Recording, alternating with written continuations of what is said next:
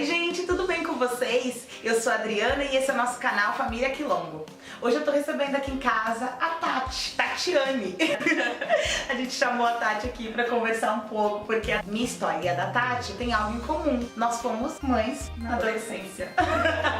Exatamente. A gente resolveu trocar um pouco das nossas experiências, que foram experiências que tiveram semelhanças, mas que tiveram algumas diferenças. Aliás, muitas diferenças, né? Eu quero começar com você se apresentando, Tati. Meu nome é Tatiane, sou advogada, tenho 35 anos e sou mãe do Kaique, que tem 17 anos. E eu engravidei, eu tava com 16 anos e tive o Kaique com 17. Super jovem. Vocês devem estar estranhando, porque vocês só conhecem o Akins, né, e a Dandara, mas eu fui mãe na adolescência do Jonathan, só que o Jonathan, ele faleceu. Eu engravidei com 16 anos, tive o Jonathan com 16 mesmo, e foi uma experiência que marcou muito a minha vida, não tem como, né, não tem marcado. Mas eu quero que você comece falando, me conta como foi, no momento que você engravidou, como foi a hora que você descobriu, como seus pais ficaram sabendo. Pai sabendo é o pior, cara. Gente, então, foi esse desespero. Eu, na verdade, não desconfiei que tava grávida, nem imaginei. Você namorava? Porque, assim, namorava já fazia uns 3 anos, mais ou menos. Com 4 meses, assim, a menstruação não vinha, e eu fui no médico com a minha mãe. 4 meses? Com 4 meses não vinha, mas eu não imaginei, porque eu tenho um problema de nódulo no seio. Tá. Então eu já tinha acontecido isso antes comigo, de ficar sem menstruar e tal. Tá. E aí mandaram fazer um ultrassom. E foi muito engraçado nesse dia, porque a minha mãe também tinha que fazer ultrassom. E ela falou, não, mas eu vou entrar com você pra ver o seu ultrassom. E aí acabou que não deu certo, porque chamou ao mesmo tempo. Então ela foi fazer o dela e eu fui fazer o meu. Quando o médico falou, você tá grávida? Eu, oi? Como assim? Gente, eu não conseguia nem falar, nem respirar, nem fazer rir, né? Aí eu contei, óbvio, né? Sim. Namorado, e aí a gente foi buscar os resultados, tudo, e ele escondeu na casa dele e falou assim, não, pode deixar que eu vou esconder, minha mãe não mexe aqui. a minha mãe não mexe, vou deixar aqui. Aí ela resolveu fazer uma limpeza nos guarda-roupas. Naquele dia. Né? Uhum. E aí descobriu, e ela chamou minha mãe, e eu fui junto. Mas nem imaginei que fosse pra contar isso. Eu achei que fosse pra falar de festa, de falar de qualquer coisa. Quando ela falou, eu quase tive um treco. Eu lembro que eu afundei assim no sofá. E a minha mãe só falou, é verdade? Eu falei, é. Ela ficou numa alegria. E as pessoas queriam saber se ia botar pra fora de casa, se ia casar, o que ia fazer. Sim. E ela assim, olha, não sei o que vai acontecer, mas eu sei que eu vou ser bom. O meu pai ficou feliz, né? Ele ficou triste um mês e tal. E depois superou e seguiu o barco. Tá. Então foi assim. Novelinha, assim. Lá em casa foi tudo diferente, viu? Foi bem diferente. Como é que foi a sua experiência? Deixa eu te contar. Eu tinha 16 anos, namorava fazia um ano. E aí eu comecei a notar que eu estava grávida.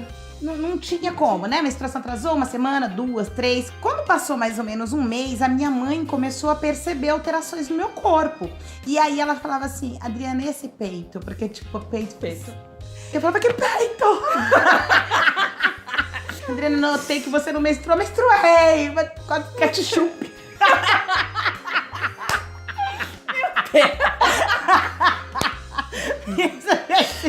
Então, assim, eu tentei esconder o quanto foi possível, assim, sabe o que deu. E aí eu fugia da minha mãe. Minha mãe entrava, saía, minha mãe saiu, entrava. E um dia ela fala assim, Adriana, vem aqui. Você tá grávida, né? Comecei a chorar. E aí foi super pesado. Porque a minha mãe ficou muito decepcionada comigo, sabe? Minha mãe sempre foi muito religiosa. Eu acho que ela esperava outra coisa de mim. Ela achava que aquilo tinha sido uma burrice gigantesca. E que tinha acabado tudo, que seria da minha vida agora. E assim, ela ficou muito preocupada com a ideia de que eu tinha que casar. Enfim, meu pai é separado da minha mãe. Depois de um mês, minha mãe me pressionando pra contar pro meu pai. Eu não dava conta de contar pro meu pai. A figura dele pra mim era ameaçadora. E aí até que um dia minha mãe contou pro meu pai. Eu tava até lendo um diário meu do dia 23 de novembro de 94. Meu pai descobriu, porque minha mãe contou. E ele chegou lá em casa, perguntou pra minha mãe não estava. Perguntou se meu namorado na época estava lá e eu falei que não. E ele saiu disparado. Eu não sabia onde que ele tinha ido, só sei que daqui a pouco ele aparece com o meu namorado, coagido. Nossa. Foi uma cena... A base da espingarda, Isso, né? a base da espingarda pra entrar. E naquele dia, assim, ele só não me chamou de bonita. Então, assim, foi muito pesado. Foi um momento muito difícil, porque eu estava com 16 anos, me sentindo extremamente sozinha. A única coisa que me passava pela cabeça era que a minha vida tinha acabado. Meu pai pressionava porque tinha que lavar a honra mesmo, a ideia é que tinha uma honra ferida. E eu estava muito apavorada. Eu tinha muito medo, era muito desesperador.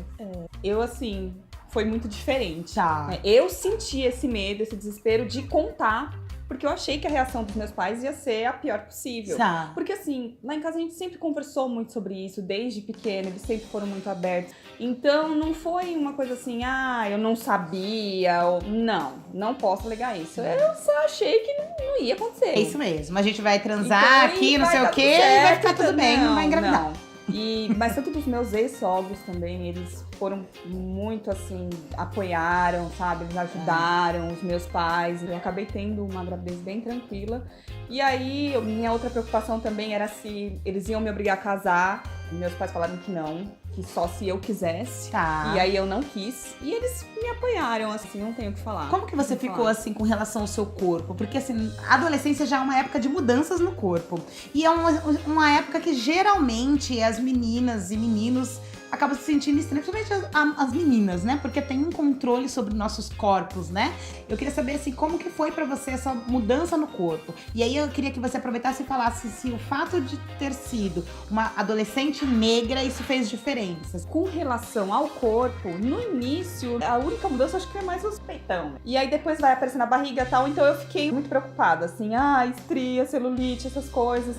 Mas a minha mãe me ajudava muito nisso. Então, assim, eu engordei o bebê mesmo. Acho que foram 8 quilos, nem isso. Que eu engordei na gravidez. Então, Você fazia pré-natal, fiz pré-natal, tudo certinho. Eu voltei super rápido. Mas, assim, eu tinha as minhas neuroses e tanto que, assim...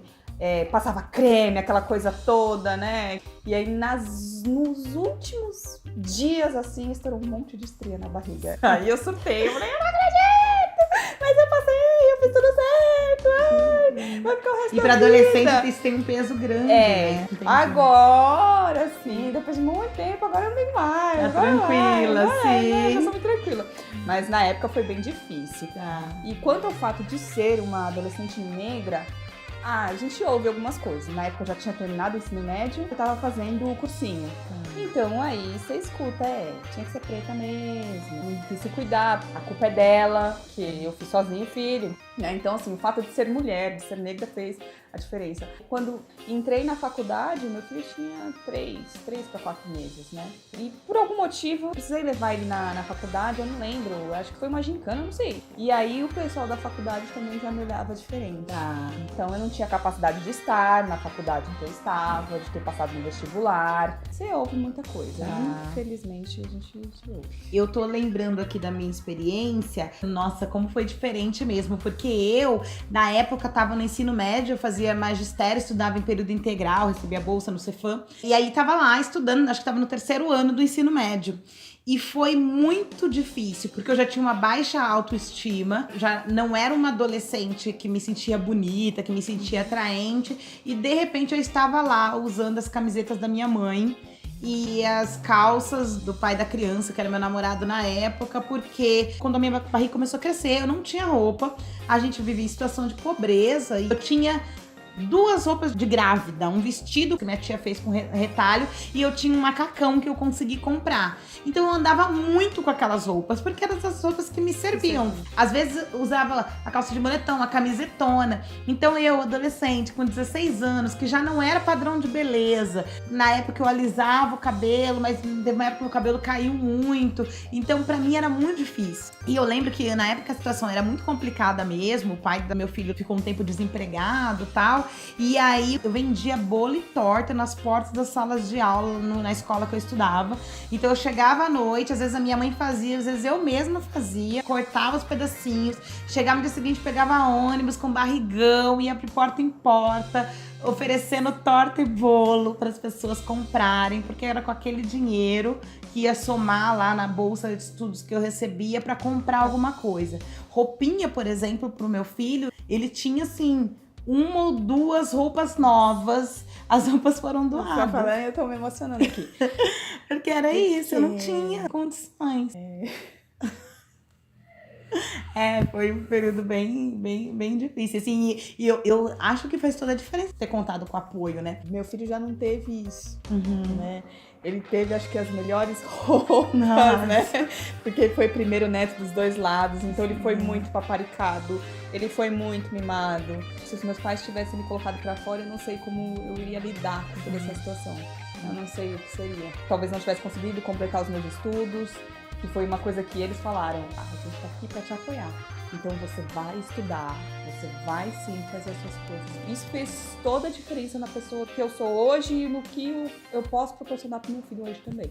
A gente estava lendo uma reportagem que estava falando que tem ligação entre a gravidez na adolescência e o nível de escolaridade. Quanto menor a escolaridade, menos as meninas usam métodos contraceptivos. Nós estamos falando das meninas, porque geralmente é quem fica com o ônus de carregar essa carga que é ficar grávida na adolescência. E aí, quando a Tati me falou, né, desse apoio, primeiro eu fiquei pensando no apoio que minha mãe conseguiu dar. Como eu disse, meus pais eram separados já, e a minha mãe, ela não me mandou embora de casa, e o apoio que ela conseguiu dar foi esse, sabe? Dentro do possível, era estar ali, mas do jeito que ela conseguia estar. E eu fiquei pensando o quanto a escolaridade do seu pai e da sua mãe fez diferença, que você falou, né, que seu pai tinha nível superior, sua mãe também, e a gente acaba falando de um outro lugar também, né, das condições que o pai e a mãe têm de dar esse apoio, né, de ter essa abertura, enfim. Eu sei toda a diferença, sim. Pra mim, o fato de eu ter todo esse pessoal por perto, Sim. meu tio, né, eu lembro que ele conversou comigo e falou assim, vai estudar, sim, muita agora é que diferença, você né? tem que correr atrás, tal. Vai ser difícil? Vai, não vai ser fácil, mas você vai conseguir, eu acredito em você e eu sei que você vai conseguir. A minha batalha na época era pra, apesar de ter decepcionado a minha família, porque eu pensava muito nisso, né? Nunca tinha acontecido na minha família um caso de gravidez, então foi um escândalo mesmo. Foi escândalo, assim, da melhor amiguinha, o pai não querer mais que ande comigo, porque eu não era uma boa influência. Então, assim, era uma menina preta da periferia, que já não esperava muita coisa de mim mesma. E aí, a minha luta foi pra não me tornar estatística, sabe? Pra conseguir superar, apesar de ter vivido tudo isso. Eu consegui terminar o magistério na época, enfim, fui trabalhar e fazer outras coisas. Agora me fala, Tati, como que ficou a relação com o pai do Kaique? Nós acabamos nos separando quando o Kaique tinha 1 ano e meio. Ele era adolescente, né? também? Já tava com 19. 19. Né? Não casamos, né? Não fomos obrigados a casar. Né? Não sei como é que foi. Bom, a gente casou, né? Começou uma pressão muito grande, né? Pra que acontecesse o casamento. Meu pai queria muito que a gente casasse, ele chegou a combinar no cartório nosso casamento. Eu lembro que eu falava pra ele assim, pai, eu não tenho condições de casar, eu não tenho roupa. Como eu disse, eu não tinha roupa pra usar no dia a dia. E aí ele falou assim, casa de sandália havaiana. Eu lembro como se fosse hoje. Ele falou, faz convitinho de cartolina e casa. Só que a gente não tinha mesmo, eu não tinha condições psíquicas pra casar com 5 meses de gravidez, com aquela barriga gigantesca. E acabei não casando, mas aí quando o Jonathan nasceu, eu falei, eu quero que o pai da criança participe, que fique junto, né, enfim. E aí a minha mãe disse, não, pra ficar junto tem que casar. A gente casou. Quando a gente casou, o Jonathan já tinha 3 meses. Meus pais tiveram que assinar. E eu lembro como se fosse hoje, a gente indo marcar o casamento, eu não tava falando de tinha brigado no dia. Imagina a cena, eu com criança no colo, lá com 17 anos, ele com 19, a gente sem se falar, todo mundo, meu pai também que meio não falava comigo, que não tinha nem conhecido o Jonathan, foi um pandemônio, gente. Essa é uma coisa horrível, foi assim. E aí a gente marcou o casamento e a gente casou, mesmo tendo que dormir dentro do meu quarto, numa cama de solteiro. A gente não tinha onde cair morto, mas tínhamos um filho e por conta disso a gente teve que casar. É diferente, porque, Foi por exemplo, muito já a minha diferente. mãe, meus pais, eles já providenciaram cama de casal, já, porque não, ele vai passar mais tempo aqui, já que vai cuidar do filho, vai me ajudar, tal, Sim. né? A gente tem essas histórias que são diferentes e tem várias histórias por aí. A gente ainda vê um alto índice de meninas engravidando e nas últimas pesquisas do IBGE a gente viu que tem uma relação da questão da pobreza com a questão questão racial e da questão da pobreza com a gravidez na adolescência. Portanto, existem muitas adolescentes pretas e pobres engravidando. Mas não é só isso. Eu acho que é uma coisa que a gente tem em comum, que a gente engravidou achando que não ia acontecer com a gente. Mas eu também acho que era possível, numa segunda análise, pensar que isso também tem a ver com um descuido com o próprio corpo. Sim. Eu acho que dá pra fazer aí, inclusive um recorte racial, que é uma coisa do quanto a gente descuidou desse corpo, né? Exatamente. Eu tava falando com o Johnny hoje, que eu pensei, gente, eu já tinha passado de ginecologista, eu não me lembro no ginecologista conversando comigo sobre cuidado com o corpo e sexualidade. Você se lembra de ter passado algum profissional que falou com você sobre método contraceptivo? Se eu não me engano, eu acho que eu já tinha passado sim no ginecologista, mas não cheguei a conversar, não cheguei a perguntar. Disso. Eu tinha muita vergonha, mas eu lembro dele comentando, mas também com os pais que você tem, né? Eu não sei se você tem alguma dúvida. Pra ver, assim, o grau de coisas, de como eram as nossas conversas e tal. Hoje, quando as meninas vêm conversar comigo, né, porque eu tenho muito acesso a adolescente e tal, então eles vêm conversar comigo, eu falo, se você quiser, eu te levo no médico. Você que tem sobrinha, que tem filha e tal, é importante conversar, ter essa abertura. Porque às vezes elas podem agir como nós. É verdade. Né? Não vai acontecer. É verdade. Né? O nosso telhado é de vidro sim. Então, acho que você deixou um recado muito importante mesmo, né? Que a gente pode acolher adolescente, conversar com essas adolescentes e com os meninos também, né? Fazer essa responsabilização. Eu falei que cabe até um outro vídeo um dia a gente encontrar meninos que foram pais na adolescência, porque a gente sabe que por conta da questão do machismo, a experiência do menino é diferente, né? Fica todo esse peso nas costas da menina, mulher. Geralmente da mulher, né? Mas ainda assim é importante, né? A gente conversar com os adolescentes, com os meninos, com as meninas, falar sobre métodos contraceptivos, sobre o cuidado com o corpo, que isso acontece sim. E caso aconteça, a gente viu aqui nessa conversa, né, com a Tati, a importância do acolhimento, né? Isso vai fazer diferença na vida da adolescente. Dri, você carrega alguma mágoa? Mágoa? Quando eu olho pra Adriana, adolescente, que viveu tudo isso, eu sinto muito pela dor que eu passei. Até hoje isso deixa marcas em mim, na minha história, isso é verdade. Mas eu também acho que o meu pai e minha mãe fizeram o que eles tinham condições de fazer. A partir da história deles, do que eles conheciam da vida, do que eles tinham estudado, do que a sociedade dizia, do que a sociedade dizia, isso influencia muito. Exatamente. Né? Foi dito aqui. Com o entorno. Eu me lembro do meu irmão tirando barato, assim, do meu corpo mudando, sabe? Eu lembro daquele período como um período de bastante dor, né? Até o momento que eu parei e falei assim, nossa, meu filho. Demorou muito, assim. Eu acho que eu estava já com 7 meses de gravidez que eu parei pra pensar, meu Deus, eu tô grávida mesmo, tem uma criança dentro de mim, porque até então eu pensava, como eu vou sobreviver a isso tudo? E era uma questão de sobrevivência, tanto física quanto, porque tinha o risco o tempo todo da violência, mas também tinha uma coisa da sobrevivência emocional. Como eu, uma menina de 16 anos, vou sobreviver emocionalmente a tanta pressão. Bom, gente, a gente vai terminar por aqui, porque senão esse vídeo vai ficar gigante. Quero te agradecer, Tati, agradecer a sua presença. Tati veio de longe pra vir aqui em casa. Eu que agradeço pela oportunidade, é muito bom essa troca de experiência, né? É muito importante. Ai, obrigada por compartilhar essa história comigo. Ai, agradeço. Obrigada.